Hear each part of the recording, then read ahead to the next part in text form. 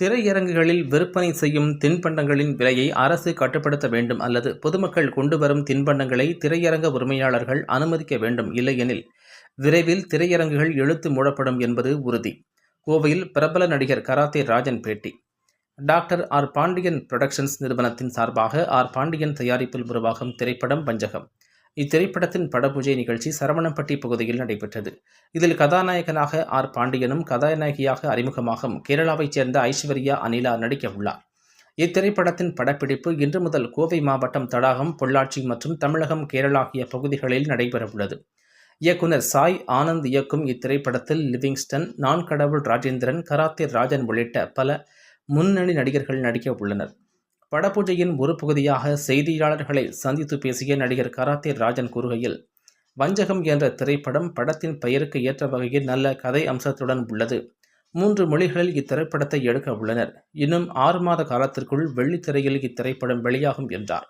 திரையரங்குகளில் ரசிகர்களின் எண்ணிக்கை குறைந்து வருகின்றதே என்ற கேள்விக்கு, தமிழக அரசு திரையரங்கு வளர்ச்சிக்கு 2 காரியங்களை செய்ய வேண்டும். அதாவது, திரையரங்குகளில் விற்பனை செய்யும் தின்பண்டங்களின் விற்பனையை MRP என்ற விலை நிர்ணயத்திற்குள் கொண்டு வர வேண்டும், அல்லது பொதுமக்கள் கொண்டு வருகின்ற தின்பண்டங்களை உள்ளே எடுத்து செல்ல அனுமதிக்க வேண்டும்.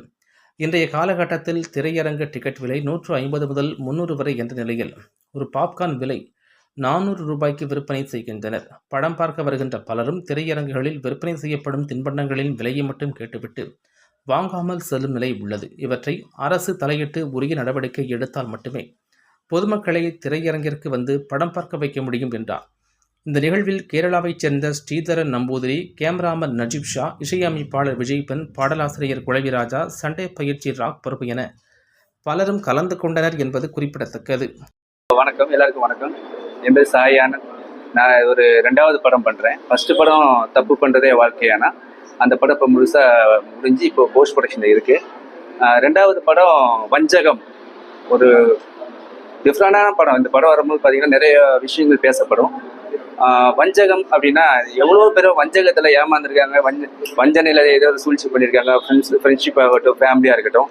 ஆனால் அதே மீறி ஒரு ஆடியன்ஸ் வந்து ஒரு சீட் கூட கெஸ் பண்ணவே முடியாது. அந்த அளவுக்கு திரைக்கதையும் சரி, மேக்கிங் ஸ்டைல் டிசைன் பண்ணி வித்தியாசமாக நானும் என்னோட டீமும் சேர்ந்து உருவாக்கியிருக்கேன் சார். பேர் வந்து வஞ்சகம் வச்சுருக்கீங்க. ஆமாங்க. ஸ்டில் எல்லாமே பார்த்தீங்கன்னா அதான் சார். இப்போ பார்த்தீங்கன்னா ஒவ்வொரு ஆர்டிஸ்ட்டுமே இந்த மொட்டைராஜன் சாராக இருக்கட்டும், கராத்தே ராஜா சாராக இருக்கட்டும், எல்லாமே பார்த்துருப்பீங்க. எப்படின்னா ஒரு வில்லனாக தான் பார்த்துருப்பீங்க இல்லைங்களா? அப்போ நீங்கள் என்ன நினைப்பீங்க, ஓ இவங்கெல்லாம் வில்லனாக இருப்பாங்களோ அப்படின்னு நினைப்பீங்க. ஆனால் வெரி டிஃப்ரெண்ட். நீங்கள் என்ன நினைக்கிறீங்களோ அது சீன்லேயே இருக்காது சார். மியூசிக் வந்து பார்த்தீங்கன்னா விஜய்பன் சார் தான் நம்ம ஒரு 7 வருஷம் ஃப்ரெண்டு நமக்கு. நான் என்ன நினச்சினோ அந்த ஸ்டோரி சொன்னோடனே சாங் வெரி டிஃப்ரெண்டாக பண்ணி கொடுத்துட்டாருங்க சார். சாங்லாம் முடிஞ்சுது.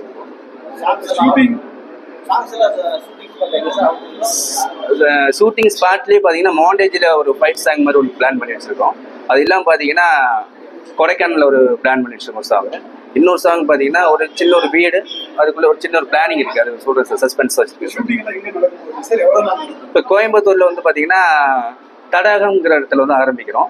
அதை முடித்தோடனே அந்த ஷெட்யூல் முடிஞ்சோடனே பொள்ளாச்சி, திண்டுக்கல், திருவனந்தபுரத்தில் பூவாருங்கிற இடத்துல ஒரு கிளைமேக்ஸ் முடிக்கலாம்னு பிளான் பண்ணியிருக்கேன்